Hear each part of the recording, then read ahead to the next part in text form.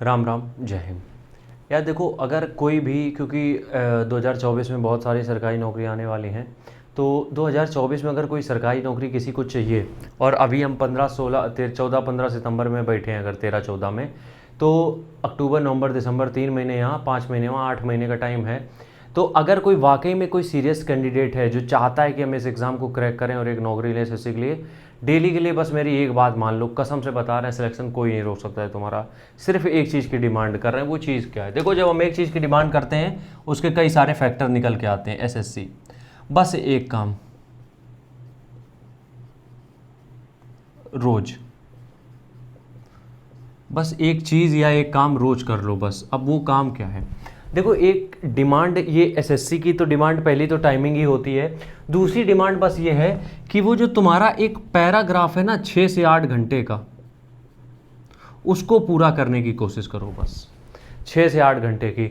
हम पहले तो हमने, देखो, बहुत बार हमने टाइम टेबल तुम लोगों को बताया है कि कुछ काम तो है नहीं तो टाइम टेबल बनाओ पढ़ाई का, सिर्फ कि तुम्हें सिर्फ पढ़ाई करनी है। लेकिन हम यहाँ पे ये कहेंगे कि टाइम टेबल तुम अगर बना लेते हो पढ़ाई का कि सिलेबस इतने दिन में ख़त्म करना, ये चीज़ें, वो बहुत बेटर है। लेकिन अगर तुम वो टाइम टेबल नहीं बना पा रहे हो तो तुम अपने आप को एक ये टारगेट दो कि हम जब भी 8 महीने जो हैं हमारे पास, 9 महीने हैं अभी तो, खैर लगभग 9 महीने हैं, तो 9 महीने जो हैं हमारे पास, हम 6 आवर्स प्लस ही स्टडी करके सोएंगे डेली बेसिस पे। बस रोज अपने आप को एक ये टारगेट दे दो। अब यहाँ पे कुछ चीज़ें ब्रेक डाउन करने की जरूरत है तुम्हें। इतनी तो बुद्धि होगी तुम्हारे अंदर कि जब भी तुम अपने आप को एक टारगेट देते हो, ठीक है, जब भी कोई टारगेट देते हो, जैसे तुमने अपने आप को ये टारगेट दे दिया कि 6 घंटे के ऊपर हम डेली स्टडी कर रहे हैं। अब तुम डेली बेसिस पे एक प्लान बनाओगे जो 6 से 7 घंटे का होगा, जिसमें कि वो सारे सब्जेक्ट होंगे जो तुम्हारे एग्जाम में आने हैं। और किस सब्जेक्ट में कितना टाइम देना है वो तुम्हारे ऊपर है, क्योंकि तुम्हें कितना आता है, कितनी तुम्हें कमजोरी है किस सब्जेक्ट में, वो तुम्हें डिसाइड करना है। तो सारे सब्जेक्ट का एक बार जब तुम प्लान बना देते हो ना, सारे सब्जेक्ट का जब तुम एक भी प्लान बना देते हो, तो उससे फ़ायदा ये होता है कि जब तुम डेली 6 से 7 घंटे हिट कर रहे होते हो, तुम मैक्सिमम एरिया कवर कर रहे होते हो, मैक्सिमम। क्योंकि तुम देखोगे कि अगर तुम 6 से 7 घंटे का टारगेट तुमने 9 महीने के लिए बनाया है, तो सबसे पहली बात, 4 महीने में तो तुम्हारा सिलेबस खत्म हो जाएगा। 4 महीने लगेंगे सिलेबस खत्म होने में।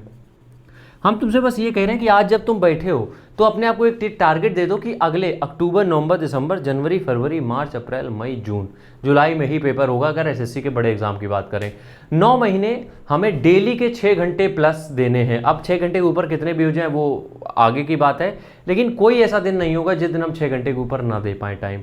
अब जब तुम्हारे अंदर ये अप्रोच एक आ जाएगी ना, हम सच बता रहे हैं, ये सब कॉन्शियस माइंड में एक तरीके से फीड हो जाता है कि वो चीज़ें फिर तुम्हारे दिमाग में बैकग्राउंड में चलती हैं कि यार 6 घंटे हमें कैसे भी करना है चीज़ें।